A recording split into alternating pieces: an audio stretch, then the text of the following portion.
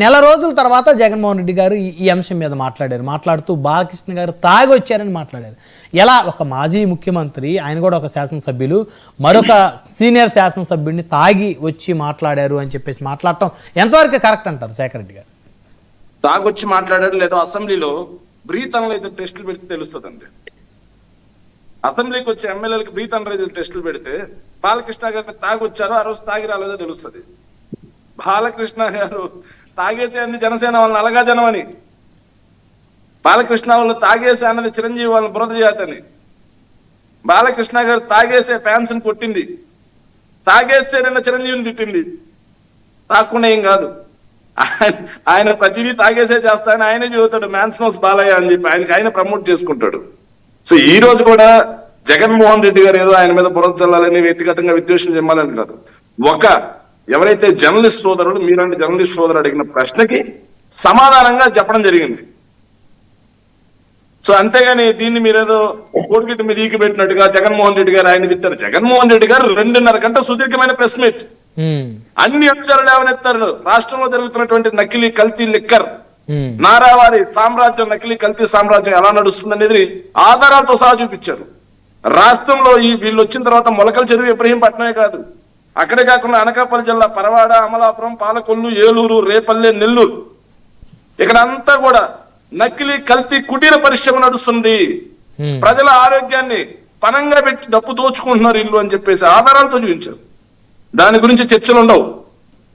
అదే విధంగా ఉపాధ్యాయ ఏదైతే ఉద్యోగుల యొక్క సమస్యల గురించి, మేము అధికారంలో ఉన్నప్పుడు 10 డిఏలు ఇవ్వాల్సి ఉంటే 11 డిఏలు ఇస్తే ఉద్యోగులు గొంతు కోసారన్నారు. చంద్రబాబు నాయుడు 2 పెండింగ్ పెట్టి వాటిలో ఒకటి కూడా ఇచ్చాం. అధికారంలోకి రాగానే జూలైలోనే 27% అయ్యారు ఇచ్చాం. కరోనా లాంటి కష్టకాలం ఉన్నా సరే పిఆర్సీ కమిషన్ అమలు చేశాం. అన్ని చేసిపోయాం. కానీ మేము వస్తే ఉద్యోగుల్ని మేము ఉత్తరిస్తాం అని చెప్పి ఉద్యోగులందరి దగ్గర ఓట్లు వేయించుకున్నారు. మేము 11 డిఏలు ఇచ్చాం, వీళ్ళు 4 డిఏలు పెండింగ్ ఉంటే 1 డిఏ కూడా లేదు. ఐఆర్ అనే దానికి పిఆర్సీ కమిషన్ ఎత్తేశారు. ఇక ఐఆర్ అనే మాట ఊసేలేదు. ఇలా ఉద్యోగులకి వెన్నుపోటు పొడుస్తారా బాబు అనే అంశాన్ని సుదీర్ఘంగా ఆధారాలతో సహా చూపించడం జరిగింది. ఇవి కాకుండా చంద్రబాబు నాయుడు గారు ఎలా క్రెడిట్ చోర్, ప్రతి అంశాన్ని నేనే నాయుడు అనే క్రెడిట్ చోర్ ఎలా ఉంది అని చెప్పి ఆధారాలతో చూపించారు. హైదరాబాద్ అభివృద్ధి గురించి చంద్రబాబు నాయుడు గారు చేసింది ఏంటి, రాజశేఖర రెడ్డి గారు చేసింది ఏంటి, అదేవిధంగా కేసీఆర్ గారి హయాంలో ఏం జరిగిందనేది ఆధారాలతో చూపించారు.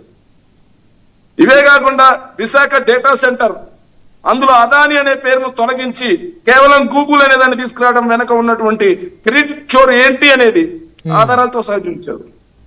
వాటన్ని గురించి చర్చ కాకుండా బాలకృష్ణ గారి గురించి చర్చ నడిచే పరిస్థితి వస్తా ఉంది రోజు. అదే కదా అసలు ఆ చర్చ ఆయన లేవనెత్తుకుని ఉంటే పోయేదేమో బహుశా. జర్నలిస్ట్ మిత్రుడు అడిగిన ప్రశ్నకి సమాధానం అది. ఆ రోజు ఆయన మాట్లాడిన ఏ రోజైనా అసెంబ్లీలో బాలకృష్ణ గారు హిందూపురం సమస్యల గురించి మాట్లాడారా? రాష్ట్రం సమస్యల గురించి ఏ రోజైనా అసెంబ్లీలో మాట్లాడడం చూసారా మీరు? ఏ రోజు చూడలా. కానీ ఒక చిరంజీవి గారిని మేమేదో అవమానించినట్టు, ఆయన ఏదో వచ్చి కాళ్ళు పట్టుకున్నట్టు ఇలా మాట్లాడారు. చిరంజీవి గారే లేఖ రాసి మొహం మీద కొట్టినట్టుగా చెప్పారు. ఆ లేఖలో క్లియర్ గా జగన్మోహన్ రెడ్డి గారు ఆయన ఎంతలా గౌరవించింది, ఎంతలా ఆదరించింది, ఆయన మాటకి ఎంత విలువ ఇచ్చింది మొత్తం కూడా వెరీ క్లియర్ గా చిరంజీవి గారే చెప్పారు. సో దానికి మళ్ళీ జర్నలిస్ట్ మిత్రుడు అడిగారు, దానికి సమాధానం చెప్పడం జరిగింది. ఎస్, ఇంకో విషయం అండి, సో ఈ అన్ని అంశాల మీద రాష్ట్రంలో జగన్మోహన్ రెడ్డి గారు అడిగారు, తెలుగుదేశం పార్టీ వాళ్ళకి చిత్తశుద్ధి ఉంటే, ప్రజా సమస్యల పట్ల ప్రజల పట్ల చిత్తశుద్ధి ఉంటే, జవాబుదారీతనం ఉంటే కూటమిని అడుగుతా ఉన్నాను సార్, మీరు ఎందుకని చెప్పి జయచంద్ర రెడ్డి గారిని అరెస్ట్ చేయలేదు? ఎందుకని చెప్పేసి ఆయన పాస్పోర్ట్ సీజ్ చేయలేదు? ఎందుకని చెప్పేసి అద్దేపల్లి జనార్దన్ రావు ఫోన్ పోయినా సరే ఆ ఫోన్ లో స్క్రీన్ షాట్ ఉంది అన్నట్టుగా బయటకు ఎందుకు తెచ్చారు? అద్దేపల్లి జనార్దన్ రావు ఫోన్ లేకుండా అద్దేపల్లి జనార్దన్ రావు పోలీస్ కస్టడీలో ఉండగా ఆ వీడియో ఎలా బయటకు వచ్చింది? ఎవరి ప్రలోభాలు పెట్టి తీశారు? ఎవరు బెదిరించి తీశారు? మ్యాజిస్ట్రేట్ దగ్గరికి వెళ్లాల్సినటువంటి వీడియో ఎల్లో మీడియా కిందకి వెళ్ళింది. సో వీటన్నిటికి సమాధానం చెప్పండి. జోగి రమేష్ గారి మీద నిందేశారు కదా, ఏమైంది? జోగి రమేష్ గారు లై డైరెక్టర్ టెస్ట్ కూడా సిద్ధమన్నారు కదా, ఏమైంది? జోగి మీకు ఇస్తా దాంట్లో చూపించమన్నారు కదా, ఏమైంది? వీటికి సమాధానం చెప్పండి. వీటికి సమాధానం మాట్లాడండి. ఎంతసేపు బాలకృష్ణ, చిరంజీవి మనం రాజకీయాలు మాట్లాడుతున్నాం, ప్రజా సమస్యల గురించి మాట్లాడుతున్నాం. వీటికి సమాధానం చెప్పమని మీ ద్వారా సవినయంగా కోరుకుంటున్నాను సార్. మరొక ఎపిసోడ్ కొలికిపూడి గారి ఎపిసోడ్ ఎలా చూస్తున్నారు మీరు? సార్ దొంగలు వాటాలు తేడాలు వస్తే ఇలాగే జరుగుతుంది సార్. దొంగలకి వాటాలు తేడాలు వస్తే సార్ మేము మొదటి నుంచి చెబుతున్నాం సార్, తెలుగుదేశం పార్టీ అనేది కేవలం డబ్బు మీద, మనీ మీద, వీటి మీద నడిచేటువంటి పార్టీ అది.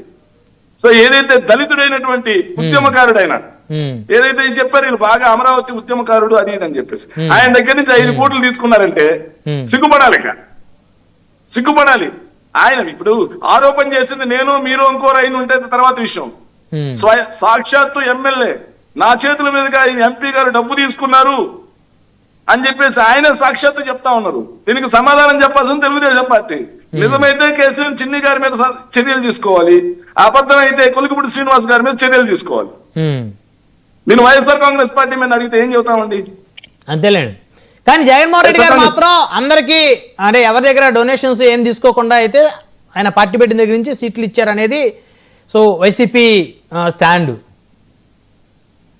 సార్ సీట్లు అమ్ముకున్నారా లేదని ప్రజారాజ్యం పార్టీ వాళ్ళని అడిగితే తెలుస్తుంది, సీట్లు అమ్ముకున్నారా లేదని జనసేన వాళ్ళని అడిగితే తెలుస్తుంది, సీట్లు అమ్ముకున్నారా లేదా అనేసి తెలుగుదేశం పార్టీ వాళ్ళు ఈ రోజు చెప్తా ఉన్నారు. వైఎస్ఆర్ కాంగ్రెస్ పార్టీ మీద నిందేస్తే ఏమొస్తుంది? వైఎస్ఆర్ కాంగ్రెస్ పార్టీ నుంచి ఏ ఒక్కరైనా బయటకు వచ్చి జగన్మోహన్ రెడ్డి గారు డబ్బు తీసుకుని సీట్ ఇచ్చారని చెప్పి ఏ ఒక్కరైనా మాట్లాడారా? ఎస్ రెడీ రమ్మనండి. డబ్బు తీసుకొని మా దగ్గర డొనేషన్ తీసుకుని సీట్ ఇచ్చాడని చెప్పి మాట్లాడారా? సీట్లు అమ్ముకోవాల్సిన మీ పార్టీలో పోటీ చేసిన ఎన్ఆర్ఐలు అందరూ ఏం ప్రజాసేవ చేశారని ఇచ్చారు మీరు సీట్లు వాళ్ళకి? సార్ అబ్బాయి చౌదరి గారు ఏం ప్రజాసేవ చేశారని ఆయనకి దెందులూరు సీట్ ఇచ్చారు? అబ్బాయి చౌదరి గారు అప్పుడే రాజకీయాల్లోకి వచ్చారు, ప్రజాసేవ చేయాలనే ఉద్దేశంతో వచ్చారు కాబట్టి ఇచ్చాం. ఆయన దగ్గర డబ్బు తీసుకొని ఇచ్చామా? డబ్బులు మరైతే తెలుగుదేశం పార్టీకి చెందినటువంటి గుంటూరు ఎంపీ ఏం ప్రజాసేవ చేశారని ఇచ్చారు? ఆయన గత 10 సంవత్సరాల నుంచి సెంట్రల్ మినిస్టర్ ఇచ్చారు. ఏం సార్ ప్రజాసేవ చేసిన ఎంపీ ఇవ్వడమే కాకుండా సెంట్రల్ మినిస్టర్ ఇచ్చారు. ఏం ప్రజాసేవ చేశారని ఇచ్చారండి? ఏం ప్రజాసేవ చేశారని ఏదైతే బాలశౌరి గారిని పిలిచి ఇచ్చారు వీళ్ళు. సో ఇలాంటి ప్రజాసేవ చేయకపోతే వైఎస్ఆర్సీపీ ఎందుకు ఇచ్చింది సీటు? వైఎస్ఆర్సీపీ సీట్ నిరాకరించింది దేనికండి? వైఎస్ఆర్సీపీ ఇక్కడ మనం డిస్కస్ చేసింది, నేను మిమ్మల్ని అడిగింది ఎన్ఆర్ఐలు అమెరికా నుంచి, ఆస్ట్రేలియా నుంచి, సింగపూర్ నుంచి, మలేషియా నుంచి బ్యాగులు కట్టలు పట్టుకొని దిగి సీట్లు తెచ్చుకున్నటువంటి వాళ్ళ గురించి మాట్లాడాలంటే మనం 2-3 చర్చలు పెట్టాలి. అసలు ఈ corporate politics, commercial politics start చేసినటువంటి రాజకీయ పార్టీ ఏదనే దాని మీద మనం చాలా చర్చలు పెట్టాల్సినటువంటి అవసరం ఉంది. మీరు ప్రజారాజ్యం మీద ఆరోపణ చేశారు కదా. మీ నెల్లూరు జిల్లాలో తుప్పాకుల మునిమ్మ అనేటువంటి ఒక సాధారణమైనటువంటి పేద మహిళకి సీట్ ఇచ్చిన పార్టీ ప్రజారాజ్యం పార్టీ. 100కు పైగా బీసీలకి టికెట్లు ఇచ్చినటువంటి పార్టీ ప్రజారాజ్యం పార్టీ. మీలాంటి వాళ్ళందరూ అప్పట్లో కాంగ్రెస్ పార్టీలో ఉండి ప్రజారాజ్యం పార్టీ సీట్లు అమ్ముకున్నారని చెప్పేసి ప్రజారాజ్యం మీద నిందలేసినటువంటి పరిస్థితి. భర్త పరకాల ప్రభాకర్ రెడ్డి చెబుతారండి. ఎవరు? కేంద్ర మంత్రి నిర్మలా సీతారామన్ గారి భర్త పరకాల ప్రభాకర్ గారిని అడిగితే చెబుతారండి. కొండా సురేఖ గారిని అడిగితే వైసీపీ చరిత్ర మొత్తం చెబుతారు. ఎంత బాగా సీట్లు ఇచ్చారు. తెలంగాణ మంత్రి కొండా సురేఖ గారిని అడిగితే వైఎస్ఆర్సీపీ హిస్టరీ మొత్తం చెప్తారు. అవునండి, కొండా సురేఖ గారిని కాదండి మీరు అడగాల్సింది ఏమంటే సీనియర్ ఎన్టీఆర్ అడగండి, బాగా చెబుతారు. తెలుగుదేశం పార్టీ గురించి, జనసేన పార్టీ గురించి బాగా చెబుతారు పరకాల ప్రభాకర్ గారు హిస్టరీ మొత్తం.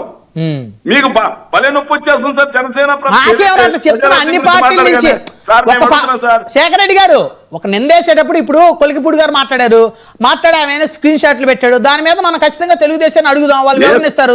ప్రజారాజ్యం ఇప్పుడు చిరంజీవి గారు రాజకీయాలు లేకపోయినా మీకు మరి చిరంజీవి గారిని ఏదో బాలకృష్ణ గారు అన్నారని మరి విపరీతమైనటువంటి ఆవేదన చెందినటువంటి వైఎస్ఆర్సీపీ కదా ఆయన ప్రజారాజ్యం సీట్లు అమ్ముకున్నారని మీరు మాట్లాడిన మాట ఎంతటి అభూత కల్పన, ఎంతటి దుర్మార్గమైన మాట.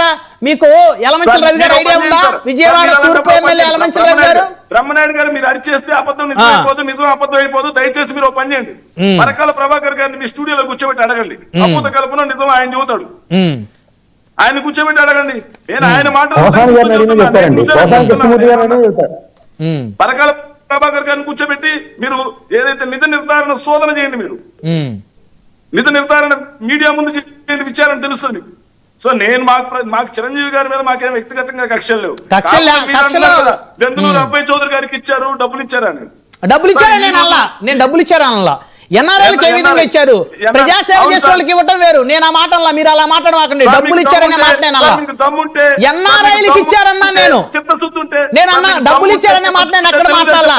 ఎన్ఆర్ఐలకి ఇచ్చారు అనే మాట మాట్లాడాను నేను. ఎన్ఆర్ఐలకి ఇచ్చారంటే ఏం ఆశించి ఇచ్చారు? నేను మీరు ఎప్పుడు సార్ మీరు ఇలా మధ్యలో మాట్లాడక సార్, మీకు దమ్ముంటే చిత్తశుద్ధి ఉంటే బ్రహ్మనాయుడు గారు తెలుగుదేశం పార్టీలో ఎంతమంది ఎన్ఆర్ఐలకు సీట్లు ఇచ్చారు, మా పార్టీలో ఎంతమందికి ఎన్ఆర్ఐలకు సీట్లు ఇచ్చారు, ఒకసారి బయటకు రండి మాట్లాడదాం. దీన్ని బయటికి ఎవరు ఎన్ఆర్ఐలకు ఇచ్చారు, ఎన్ఆర్ఐల పార్టీ ఏదనేది మీరు ఆలోచన చేసుకోవాలి. సో అలా కాకుండా పట్టగాల్చి మొహాన్ని వేస్తామని చెప్పేసి వైఎస్ఆర్ కాంగ్రెస్ పార్టీ మీద గట్టి గట్టిగా మాట్లాడేస్తే నిజమైపోతుంది సార్. ఒక అబ్బాయి చౌదరి గారి విషయం మాట్లాడుతున్న మీకు గుంటూరు ఎంపీ గురించి మాట్లాడడానికి నోరు రాదు. ఒక అబ్బాయి చౌదరి గారి గురించి మాట్లాడుతున్న మీకు తెలుగుదేశం పార్టీలో మిగతా ఎన్ఆర్ఐల గురించి మాట్లాడడానికి నోరు రాదు. ఏం సమాధానం చెబుతాం? వైఎస్ఆర్ కాంగ్రెస్ పార్టీ ఊరికే ఉంది, నోరు వేసుకొని పడిపోతాం, సమాధానం వాళ్ళు చెబుతారు. సార్ మేము అడుగుతున్నాం సార్, చిత్తం చూస్తుంటే తెలుగుదేశం పార్టీ జనసేన వాళ్ళని అడుగుతున్నాం సార్. జగన్మోహన్ రెడ్డి గారు ఈ రోజు ప్రెస్ మీట్ పెట్టారు, అన్ని అంశాలని కూలంకషంగా ఆధారాలతో చూపించారు. వీళ్ళకి దమ్ముంటే వాటికి సమాధానం చెప్పనండి నేరుగా. ఓకే, మనతో సాహిబ్ గారు ఉన్నారు, తెలుగుదేశం పార్టీ నుంచి వార్త మాట్లాడుతున్నాం. సాహిబ్ గారు నమస్తే అండి. నమస్తే అండి.